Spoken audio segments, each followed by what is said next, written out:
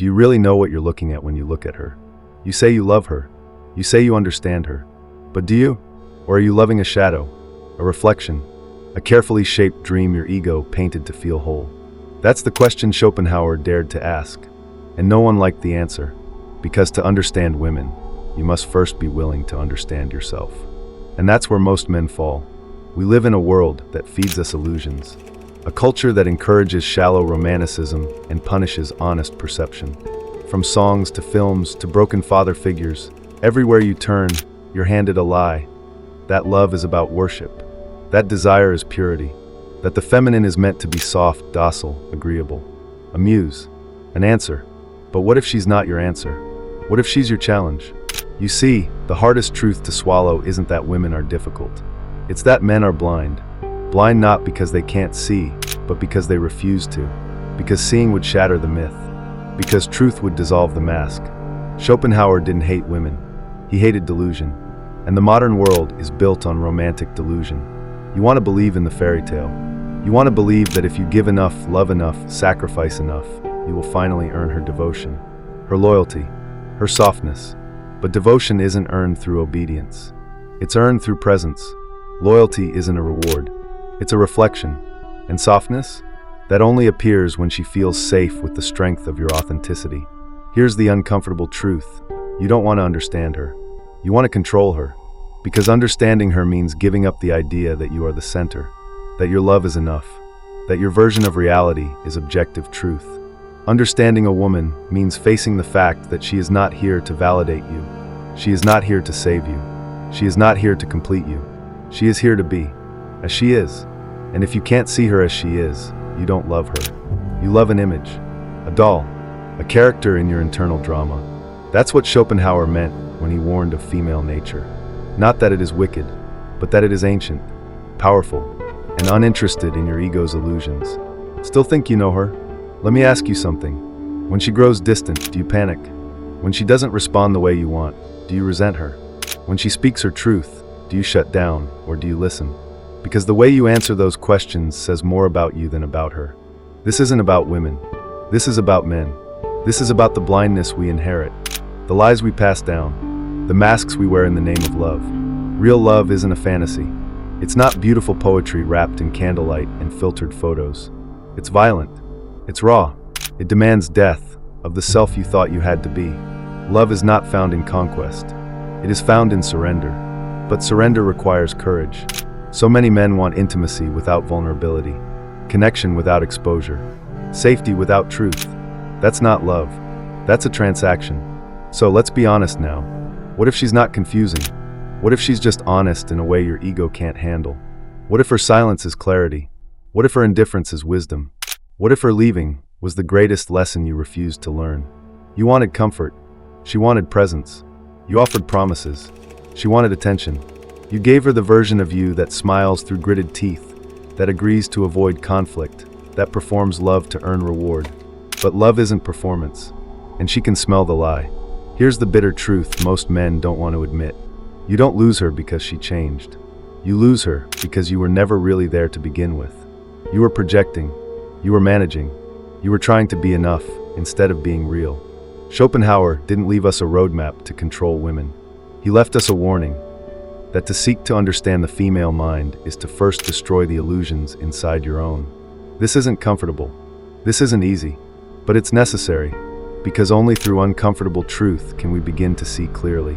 Only by tearing down the romantic delusion can we meet the person in front of us, not the character in our heads. So if you're still reading, if you're still here, welcome.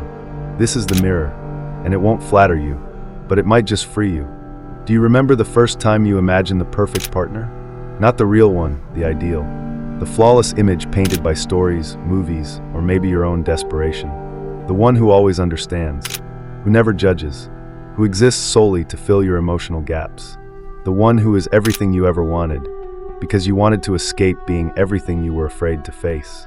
This illusion is not innocent. It's dangerous, because it isn't just about women. It's about what we project onto them. And more importantly, what we refuse to confront in ourselves. Carl Jung once said, "Everything that irritates us about others can lead us to an understanding of ourselves." But how often do we stop long enough to look into that reflection before we smash the mirror? Let's be honest. You didn't want to see her clearly. You wanted to be saved. And so you idolized, worshipped, expected, until the reality broke the spell. You see, when Schopenhauer wrote about women, many were outraged, dismissed him as bitter, misogynistic, out of touch. But what if they misunderstood him? What if his harsh observations weren't about women, but about the illusions men wrap around them? What if the real message wasn't about hate, but about freedom? Freedom from dependency, freedom from idealism, freedom from the story that you need someone else to fix what's broken inside. Ask yourself, when you fall for someone, is it her you love or the feeling she gives you? Are you relating to a person or to your need? We are conditioned to chase the fantasy. Advertisements do it. Romance novels, Instagram, the woman as a healer, the woman as the reward, the woman as the reason to become better. But is she a woman or a metaphor? Think about your past. That girl you placed on a pedestal, what happened when she disappointed you? Did you grieve the person? Or did you grieve the collapse of your ideal? Here's the cruel truth. The more perfect you believe someone to be, the more violently you'll hate them when they show you they're not. Because their failure feels like betrayal. But it's not their betrayal. It's yours. You betrayed yourself the moment you confused projection with presence. Her silence isn't your victory. Her disagreement isn't your humiliation. Her boundaries aren't an attack. They're reminders that she is not yours to shape. And the love you think you lost was never real if it required her to be someone else. Eric from wrote in The Art of Loving. Mature love says, I need you because I love you. Immature love says, I love you because I need you. Which one have you practiced? The illusion of the ideal is rooted in fear. Fear of not being enough. Fear of vulnerability. Fear of being alone with yourself. So we decorate others with our expectations. Like ornaments on a tree that looks good from a distance, but collapses under the weight. Schopenhauer saw this, that our romantic idealism wasn't about truth. It was about escape, from the responsibility of becoming whole alone, from the discomfort of seeing someone as they are, and still choosing to stay, from the raw, uncertain terrain of real love, where there are no scripts, no trophies, no gods to worship, only people, flawed, beautiful, terrifying. So let me ask you, are you ready to love someone for who they are, even if they never become who you want? Are you willing to meet a mind, not just a body? Are you willing to listen, not to be reassured, but to be changed? Because if not, then maybe you don't want love. Maybe you want a mirror that flatters you. But the mirror eventually cracks, and the woman you thought would save you walks away, not because she doesn't care, but because she refuses to disappear. You say you want depth, but depth demands surrender. Of the myth, the fantasy, the belief that love should never challenge, never stretch, never hurt. The ideal is easy. Reality takes courage. And maybe that's why so many walk away when the mask falls.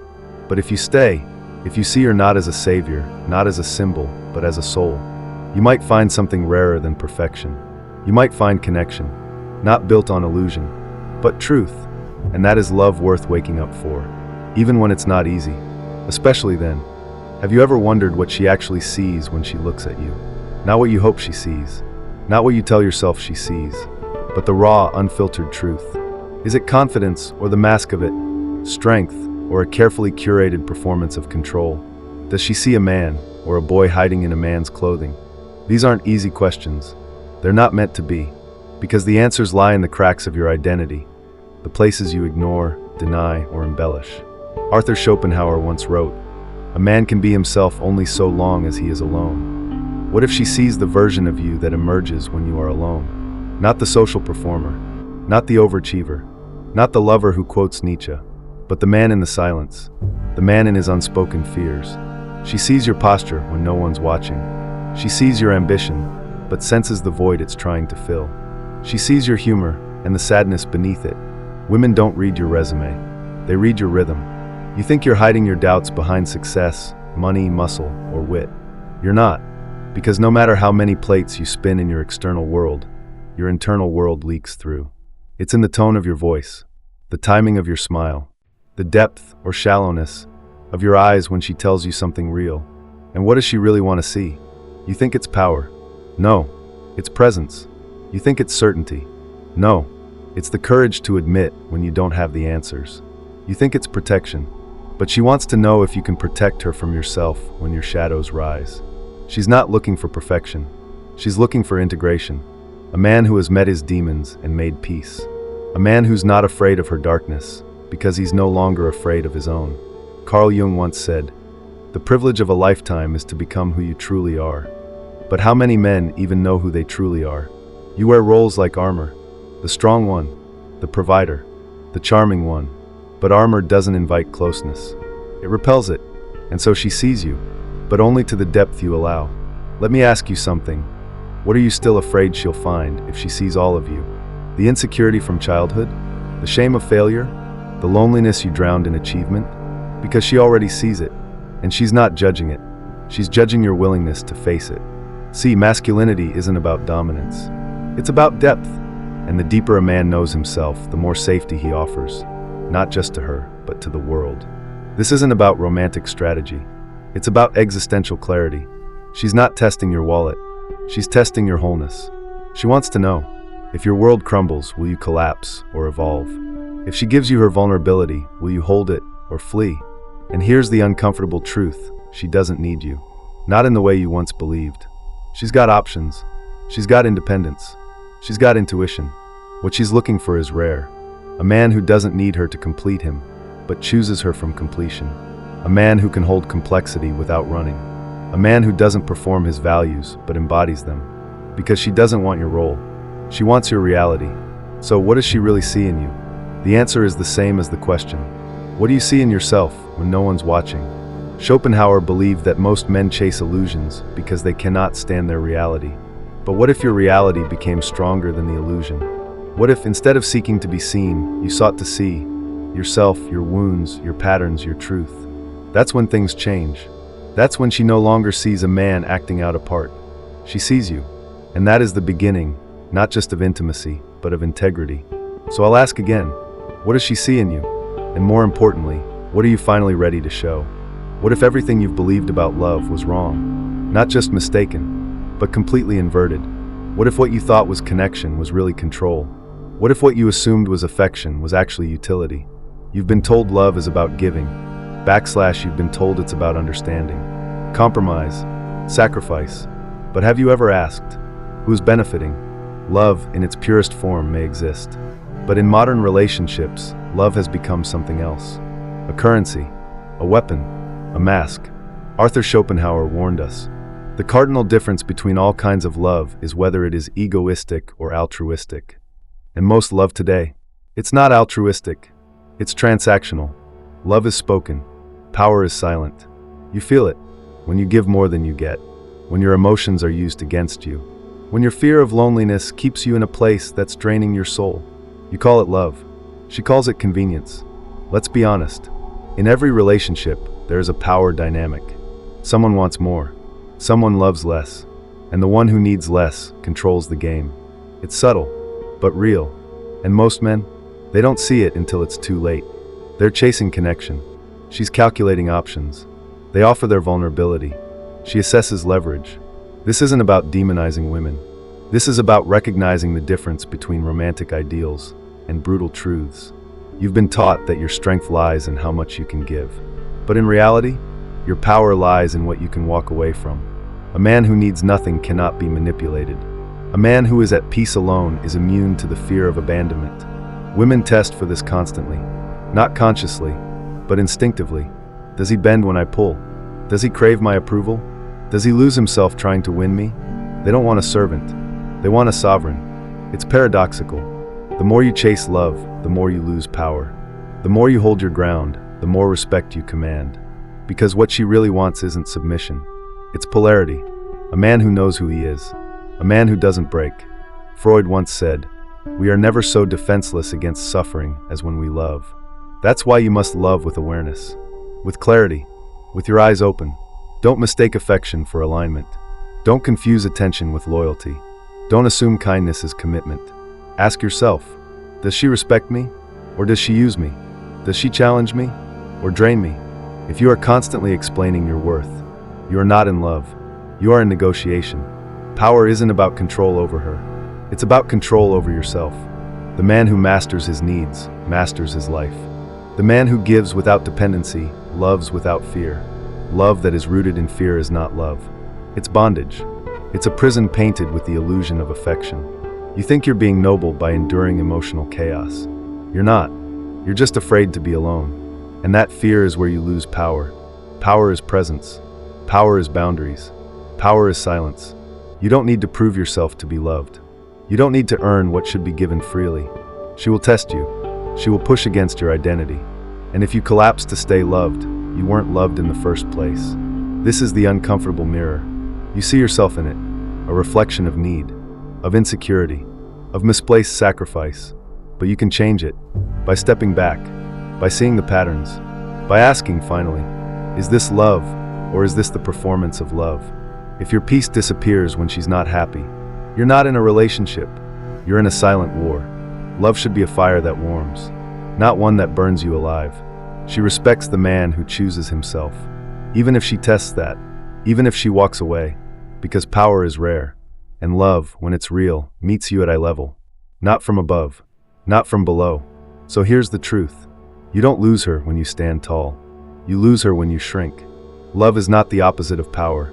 Love is born in the presence of it, and if you must sacrifice your dignity to be close to someone, you're not in love. You're in submission. Choose power, not dominance. Power rooted in presence, in truth, in boundaries. Because when you live in your full power, you don't chase love. You attract respect. And sometimes that's worth more than any affection ever was. Why do you still wonder why she left? You replay the moments, the arguments, the silences. You search for signs you missed, words you should have said, actions you should have taken. But deep down, the truth is much simpler and more brutal. She didn't walk away because of one mistake, or even 10. She walked away because something in you stopped growing. We often believe relationships die with a bang. One betrayal, one lie, one moment of weakness. But more often, they end in silence. A slow erosion, a decay so subtle that by the time you notice, it's already beyond saving. You didn't change, and that was the problem. Carl Jung once said, "What you resist persists." What if what you resisted most was your own transformation? Your own shadow? Your own inadequacy? She didn't need perfection. She needed presence. She needed depth, growth, fire. And when she realized she was the only one burning, she left. Do you remember the first time she looked at you and saw potential? She didn't fall in love with your achievements. She fell in love with your becoming. She loved the way you spoke about your future, about the world, about her. But slowly your fire dimmed. You chose comfort, routine, safety, and she chose freedom. You might say, she changed. Of course she did. That's what people do. The question is, why didn't you? You stayed still while she evolved. You repeated old habits while she shed hers. You clung to certainty while she searched for more. So when she walked away, it wasn't because she stopped loving you. It was because she couldn't respect who you had become. Harsh? Yes, but necessary. Sometimes love doesn't die. It outgrows you. And when that happens, no amount of begging, pleading, or promises can reverse it. Because love, in its truest form, requires courage. And courage demands growth. So let's talk about the things you didn't want to hear. You stopped listening. You assumed she'd never leave. You thought showing up was enough. You confused possession with connection. You believed being a good man once meant you were a good man now. You were wrong. Life punishes stagnation, and love is no different. She wanted more. Not more things. More depth. More honesty. More intimacy. More you. And you gave her routine. A man asleep in his own story. Numb to change. Deaf to longing. She whispered. Then she spoke. Then she screamed. Then she left. Here's a truth no one tells you. Women don't leave men because they stop loving them. They leave because they stop loving who they become when they're with them. That's the mirror you've been avoiding. You turned her into someone she didn't recognize. Someone she resented. Someone who gave up parts of herself to keep your comfort intact. And one day, she chose to remember who she was. So she walked. You might say she was too emotional. Too much. Too sensitive. But let's be honest, her emotions were the last fire left between you. And you ignored them. You made her feel crazy for needing more, for craving what you once promised and forgot to deliver. Her walking away was not betrayal. It was survival. Thoreau wrote, "The mass of men lead lives of quiet desperation." You were one of them, and she saw it. She watched you lower your gaze to screens. She watched you kill your ambition with distraction. She watched you shrink from your purpose. And she waited for a sign, for a change, for you. But when she realized you weren't coming back to yourself, she left to find herself. Now what? You can villainize her, or you can understand her. You can hate the ending, or you can learn from it. You can repeat the same patterns, or you can break them. This is your choice. But know this, the next time she or anyone offers you love, ask yourself if you are someone worth being loved by. Not just because you're kind, not just because you're loyal, not just because you say the right things, but because you are alive, awake, changing, because you are not a prisoner of routine, but a man on fire. So why did she walk away? Not because she stopped loving you, because you stopped loving yourself. You can still become the man she believed in, but now it won't be for her. It will be for you. And maybe that's exactly what she hoped for all along.